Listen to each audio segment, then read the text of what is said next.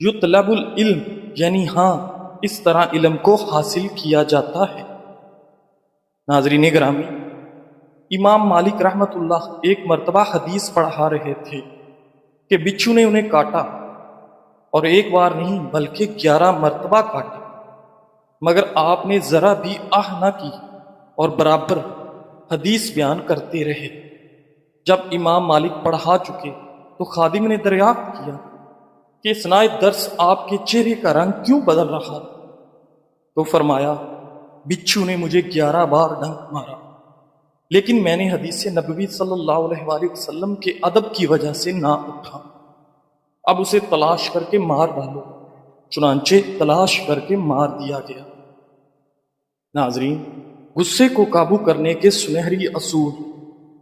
غصہ ایک فطری جذبہ ہے، لیکن اگر کنٹرول نہ کیا جائے تو تعلقات اور صحت دونوں کو نقصان پہنچاتا ہے۔ ریسرچ کے مطابق غصے کے دوران دل کی دھڑکن تیز، بلڈ پریشر بلند اور سوچنے کی صلاحیت کم ہو جاتی ہے۔ اگر آدمی لمحہ پر رک جائے تو دماغ کو ٹھنڈا ہونے کا موقع ملتا ہے اور بڑے نقصان سے بچا جا سکتا ہے۔ نبی اکرم صلی اللہ علیہ وآلہ وسلم نے فرمایا، طاقتور وہ نہیں جو کشتی لڑنے میں طاقتور ہو، بلکہ طاقتور وہ ہے جو غصے کے وقت اپنے نفس پر قابو رکھے۔ صحیح بخاری۔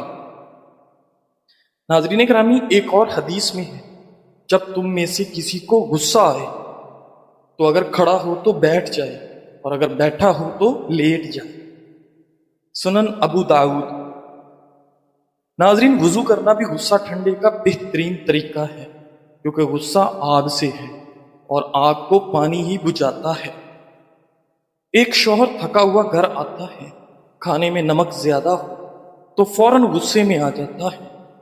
اگر وہ فوراً کچھ کہہ دے تو بیوی کی دل آزاری ہوگی، لیکن اگر وہ ایک لمحہ رک کر کہہ دے، شاید آج نمک زیادہ ہو گیا، کوئی بات نہیں، وہ بھی انسان ہے، اس نے جان بوجھ کے تھوڑی کیا ہے، تو نہ صرف ماحول بہتر ہوگا بلکہ بیوی مزید خیال رکھنے لگے گی۔ ناظرین، غصہ آئے تو کیا کرنا چاہیے؟ اپنے آپ کو کنٹرول کریں اور خاموشی اختیار کریں۔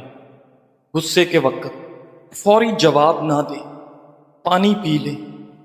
غصہ اکثر جسمانی تناؤ سے بڑھتا ہے۔ موضوع بدل دیں، جھگڑے کو آگے نہ بڑھائیں۔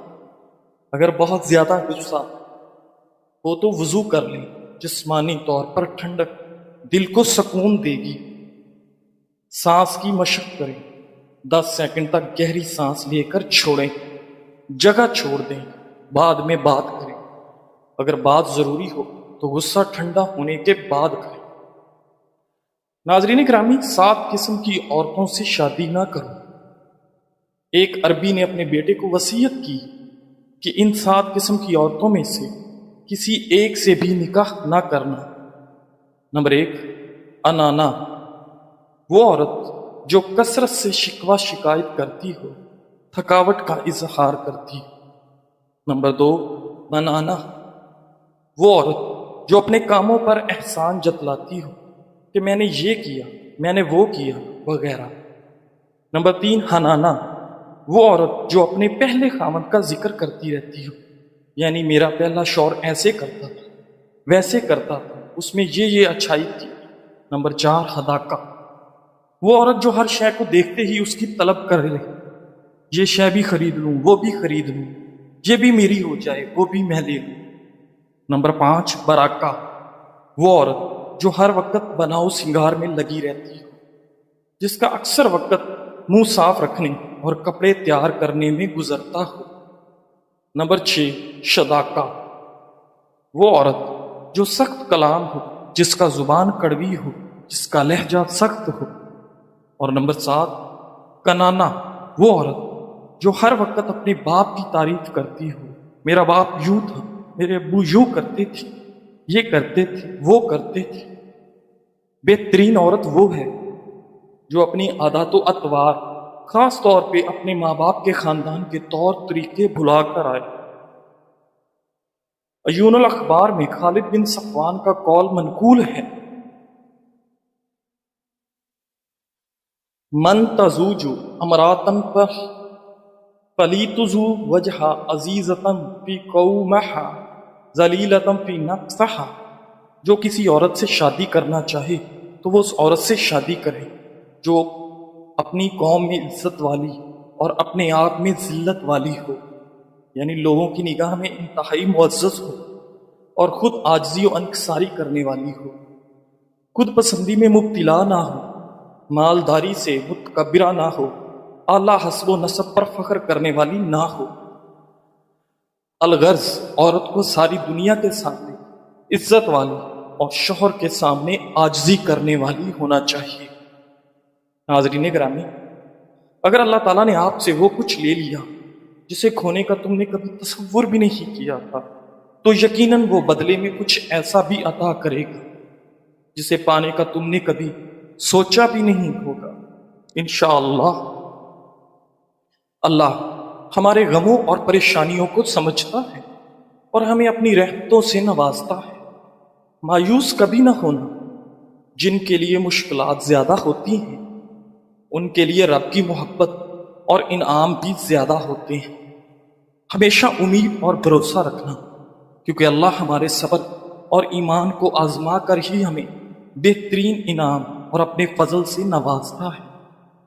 ناظرین، ایک استاد نے ہر طالب علم کو ایک غبارہ دیا جسے اسے پھلانا تھا، اس پر اپنا نام لکھنا تھا اور اسے صحن میں پھینکنا تھا۔ نام لکھنے کے بعد استاد نے پھر تمام غباروں کو ملا دیا۔ اس کے بعد طلبہ کو اپنا غبارہ تلاش کرنے کے لیے 5 منٹ کا وقت دیا۔ کافی تلاش کے باوجود ان کا غبارہ کسی کو نہیں ملا۔ اس موقع پر استاد نے طلبہ سے کہا کہ وہ پہلا غبارہ لیں جو انہیں ملے اور اسے اس شخص کے حوالے کریں جس کا نام اس پر لکھا ہو۔ 5 منٹ کے اندر سب کے پاس اپنا اپنا غبارہ تھا۔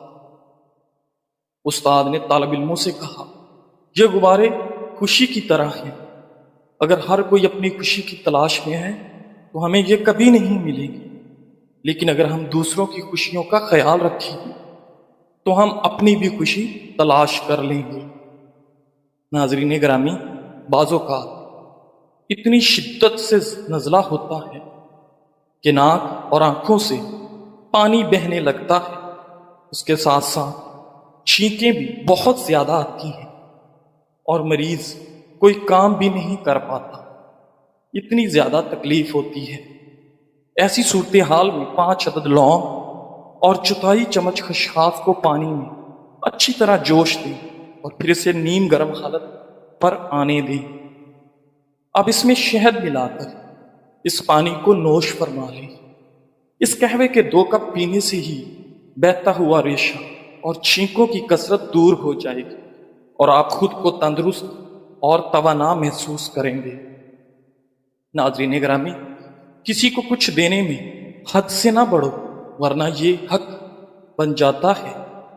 اگر آپ اپنی وسعت سے بڑھ کر دیتے رہیں اور سخاوت کو دوسروں کے لیے معمول بنا دیں تو وہ اسے احسان نہیں بلکہ اپنا حق سمجھنے لگیں گے۔ اصل سخاوت وہ ہے جو اعتدال میں ہو، جس سے آپ کا دل بھی ہلکا رہے اور دوسرا شخص بھی خوددار بنے۔ زندگی کے راستے ہمیشہ ہموار نہیں، کہیں کانٹے ہوتے ہیں، کہیں اندھیرے اور کہیں تھکن کا احساس، لیکن اگر دل میں رب پر یقین ہو تو ہر رکاوٹ ایک سبق بن جاتی ہے اور ہر اندھیرا روشنی کی طرف لے جانے والا راستہ۔ ناظرین، کبھی کبھی بس اتنا کافی ہوتا ہے کہ آپ ایک لمحے کے لیے رک کر مسکرا دیں اور رب تعالیٰ کا شکر ادا کریں کہ وہ آج بھی ہمیں توفیق دے رہا کہ ہم آگے بڑھ سکیں۔ جزاک اللہ۔